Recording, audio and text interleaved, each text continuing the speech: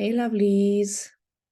I would like to talk about the fear and more like the frozen fear and the safety-seeking survival fear that's been running in our system our entire life, probably to some degree. And I would like to introduce this fear, this safety-seeking fear or survival fear. I would like to introduce this to you more like as a movement, because this fear is frozen. So that's why I like to approach it just for now as a movement. So maybe you will see a little bit more why it is frozen in the body and why it's been generating the movement of seeking safety and trying to survive while we are being safe, or maybe even like being unsafe. So, for example, and of course, just to mention that I couldn't see this fear as a movement, or I couldn't see how identified I was with this frozen fear in the body-mind and this safety-seeking survival mechanism through the fear, until I did a lot of repression and trauma work with KI, the Kilo B inquiries.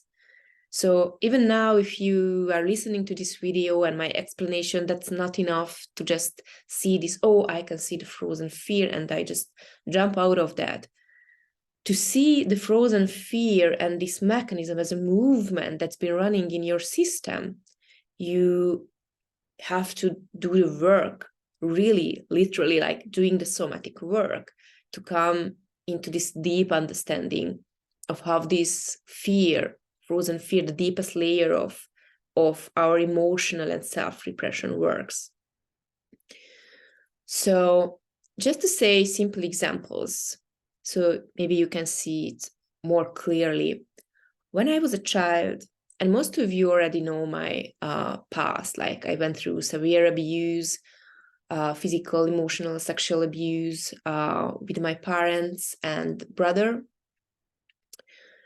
And so there was literally no safety in my childhood and in my life, no psychological, no emotional, no safety on the material level or on the financial level. There was no safety at all. No blame. It was as it was. It's okay now, for now. There was abuse in the household. There was bullying in the school.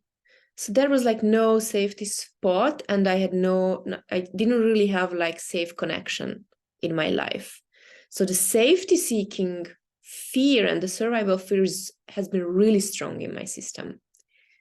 And just to introduce this fear as a movement, like for example, when I was a very small child and my brother wanted to beat me up, so, of course, I got frozen in that situation, And so the only thing that my body-mind could produce in that situation as a little child who is already shut down and frozen through that person, my brother, the only movement was like fear was in the body that led me to a movement that I hid myself behind a bed to protect myself from hurt, from being beaten up by my brother.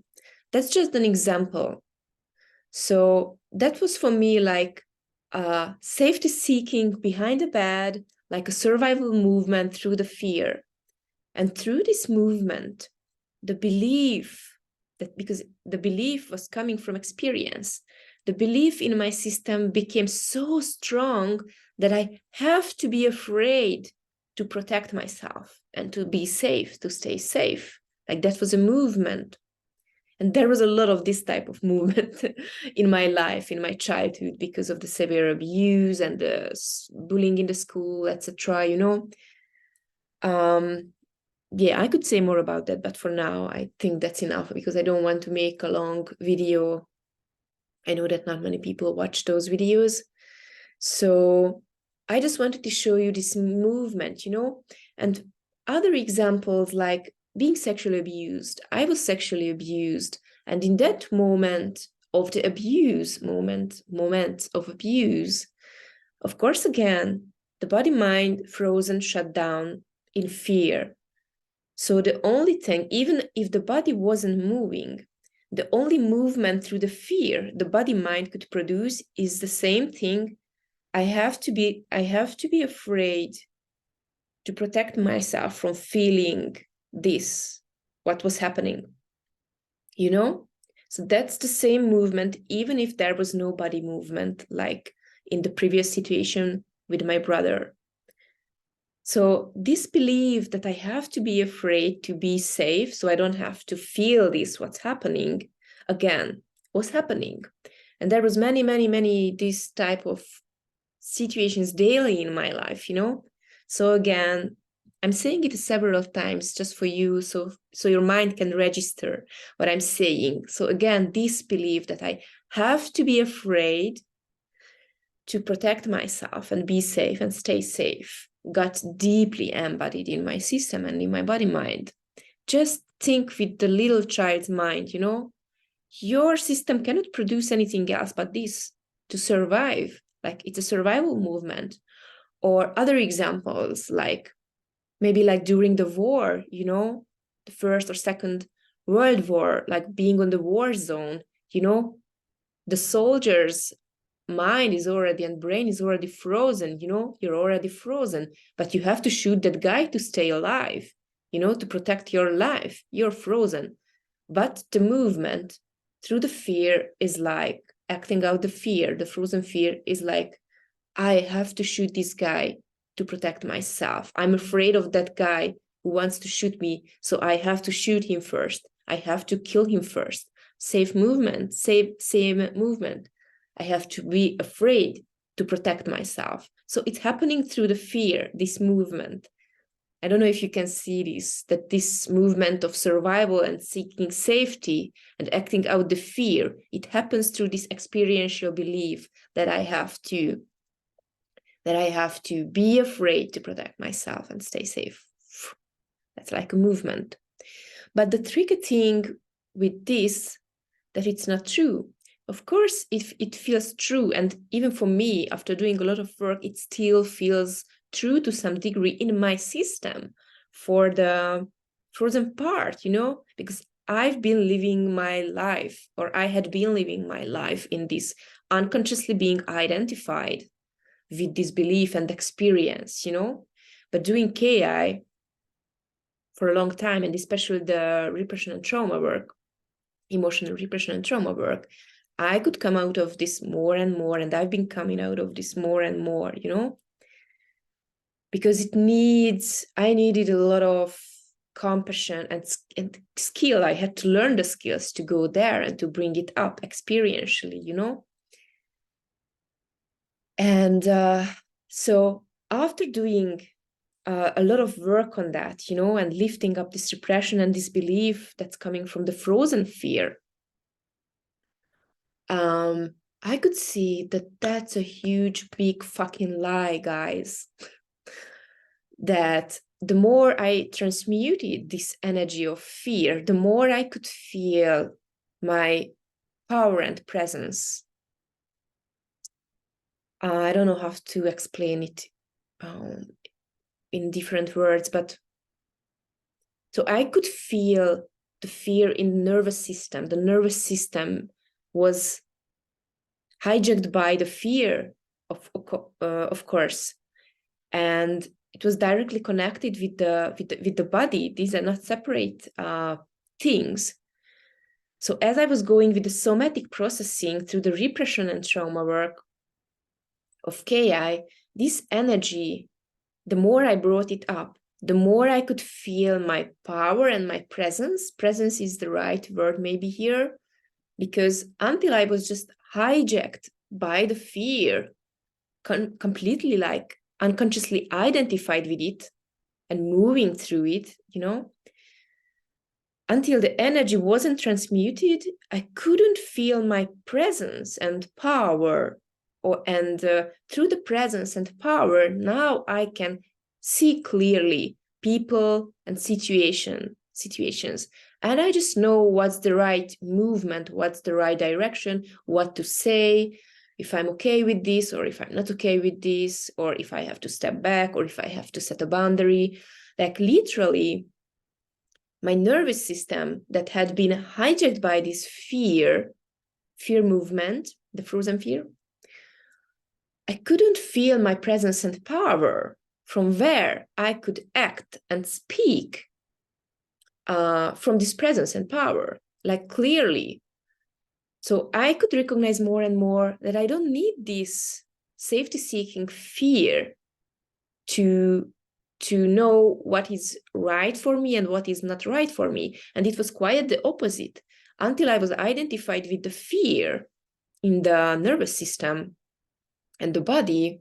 I couldn't see what's okay for me and what was okay for me and what wasn't okay for me, or I didn't know what was the right step to do or which direction to move, because this fear was keeping me frozen, unable to decide, etc. I'm sure you can relate. I don't have to explain a lot here, but that's how it was for me. And it's still in progress, but it's just, if you do the KI repression work and you really learn how to bring up these energies and with the traumas, etc., it's just, KI is an accelerator to come out of this frozen fear that makes you unable to see situations, people, to speak clearly, to feel your presence and power, that just makes you so grounded so that you can just speak and move the way you want. Everything just becomes super clear without being this nervousness, this nervous anxiety and fear. And of course, for a while, for me also, both has its place, because it's like a transformation and we are traumatized to different degrees. I know some people don't like this explanation, but somehow I just have to put it into words, that we experience different things in childhood. So we need time to, and especially the curiosity was a big help for me. I got very enthusiastic when I started to see this fear movement through the frozen fear, and I started to transmute the energy. And believe me, my nervous system, my brain and my system was completely fucked up, like completely identified with this, always fully anxious with nervous system breakdowns, and for me, it takes like a long process. I don't know if it's long or not, but it was more the curiosity and enthusiasm after the first glimpse of seeing this frozen fear acting out in the same way for not just decades, but for lifetimes, since lifetimes, the same survival movement and fear, So yeah, I just wanted to share this, that if maybe you recognize this fear or this movement within yourself, or being frozen or shut down, I just wanted to say that there is a way out. So we don't have to live our lives in that, and we can break this cycle that's been spiraling unendingly in the collective, because we individually believe this shit, And I just wanted to say that with compassion and really good somatic skills like KI, for me, it's possible to reverse this mechanism and come out of this fear, It's possible. And that's a very different way of living this life, when you don't live life and you don't experience your life and your connections only through this fear and safety seeking, but from presence, groundedness, power, from where you can feel whatever you want to feel without feeling that you have to escape that experience or something like this. Yeah, I think that's all for now. Of course, as always, I could talk like hours, but I won't.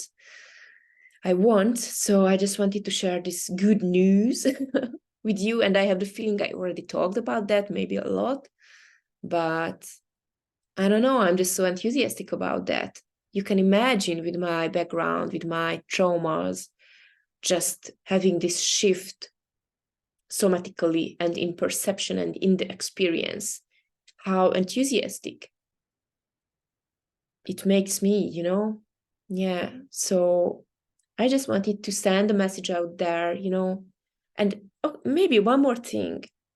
How do you know? Because just listening to this, what I'm sharing here is not enough. It's just give you some information. Maybe you feel something in the body or the truth of that, or having some feeling around that, or you have some release just by hearing this from me. But if you want to make sure that you have frozen fear or not, maybe if you know that there are people in your life where you don't express yourself or you don't do what you want to do, maybe just use reverse inquiry. Reverse inquiry is just to trigger a reaction in the body mind, sorry. So you just pull up that person in your life, or mom and dad, whoever is really triggering for you, or someone who really makes you shut down, not expressing your word or power or whatever. Sorry, the delivery guy came. Just give me a moment. Yeah, sorry, it was just the delivery guy. He's saying hi to all of us, I'm sure. So, yeah, I don't know where I was in that. I think I was just wanting to give a practice to you to see a somatic testing, actually, to test somatically for yourself. So then I'm not just speaking for no reason, but you can test it for yourself. So pull up in your mind someone who makes you shut down or frozen, or you feel frustrated, you think or feel that you just cannot say what you want. Or pull up mom and dad or your boss or your spouse, whoever it is, and maybe just say, I'm not afraid to, I don't know what you want to say or do in front of them or to them, but just verbalize this, like I want to push him away. I want to tell him that it's not okay for me. Or I can say and do whatever I want. Yeah, and just say, I'm not afraid to do this. I'm not afraid to say this. Or something like this. Or I'm not afraid to protect from myself from them. I don't know the situation. Just pull up someone and just see what's happening in your body in reaction to that. If you shut down, if you freeze, or if you feel the fear, no, don't do this, something like this. Or something else come up. If it's not empty, if it's not neutral, that, oh yeah, I can do that. Fuck you, or something, or give me a raise, saying to the boss. So if it's not happening and your body mind gives a reaction, it means that this fear is running in your system also. I don't know if it's good or bad news for you, but I think it's a good news. If you have to choose, if you have the enthusiasm and curiosity about this work, then I think it's a good news, because then you can come out of that and you can like have this beautiful shift. Okay, I think that's all for today. Ciao, ciao.